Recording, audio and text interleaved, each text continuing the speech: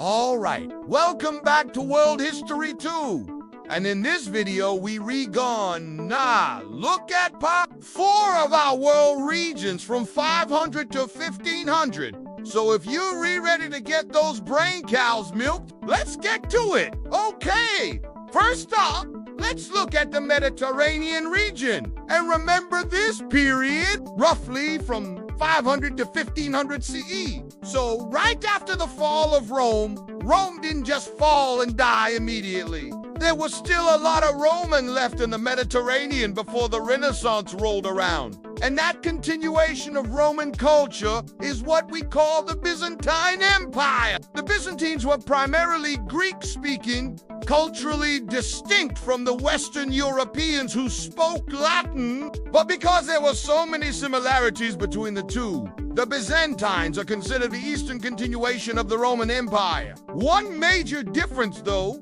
was that the Byzantines were thoroughly committed Christians, while the western half of the empire was more involved in that whole God is dead movement. For the Byzantines, their emperor was considered the most powerful man in the world except for, of course, the Pope. And really, the Byzantine emperor was the closest thing to a god on earth, only below the actual divine right of the Pope.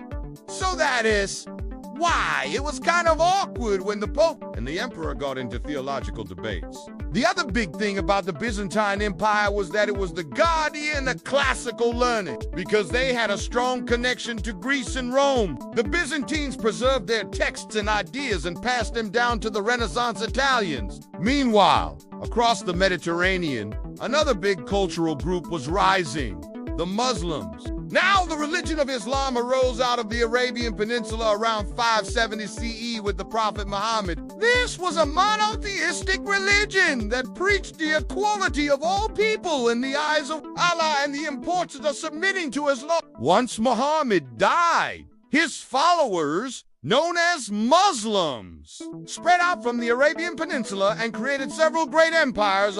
They established magnificent capital cities like Damascus, Baghdad, and Cordoba, and were patrons of science and mathematics. In fact, Muslim scholars preserved and expanded upon Greek learning and then passed it along to the Western Europeans during the Renaissance. Also, we have to talk about the magnificent mosques they built, like the Dome of the Rock and the Hagia Sophia, which were architectural marvels. Overall, the rise of Islam would have a huge impact on the history of the Mediterranean and beyond. But let's move our attention to Africa now and look at some powerful kingdoms there.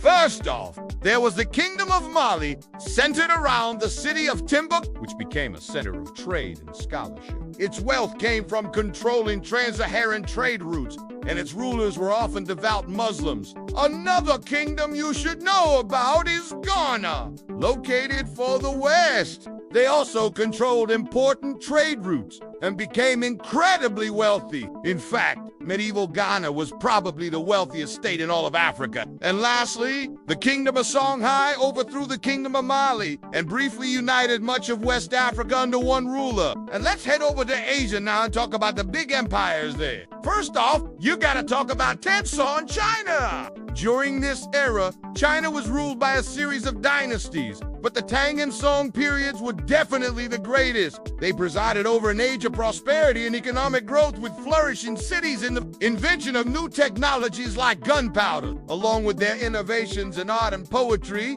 this was truly a golden age for China. Then you have the Mongols, specifically the Mongol Empire founded by Genghis Khan. This was the largest contiguous land-based empire in world history, and it stretched from the Pacific Ocean to Eastern Europe. They were fierce warriors, and they had a decentralized government, meaning that they allowed conquered peoples to keep their customs and religions as long as they paid tribute to the Mongols. Okay, that is what you need to know about Unit 4. And if you want me to keep making videos like this, then subscribe and I shall oblige.